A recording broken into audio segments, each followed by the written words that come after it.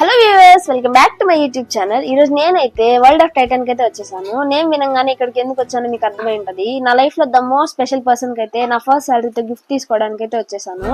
మా నాన్నకి వాచెస్ అంటే చాలా ఇష్టము. ఫాదర్స్ డే గిఫ్ట్ గా మా నాన్నకి ఇష్టమైన గిఫ్ట్ తీసుకున్నందుకు నాకు చాలా హ్యాపీగా ఉంది. సక్సెస్ఫుల్ గా వాచ్ అయితే పర్చేస్ చేశాను.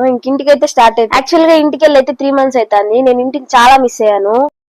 డాడీ వస్తున్నాను, డాడీ రియాక్షన్ అట్లా.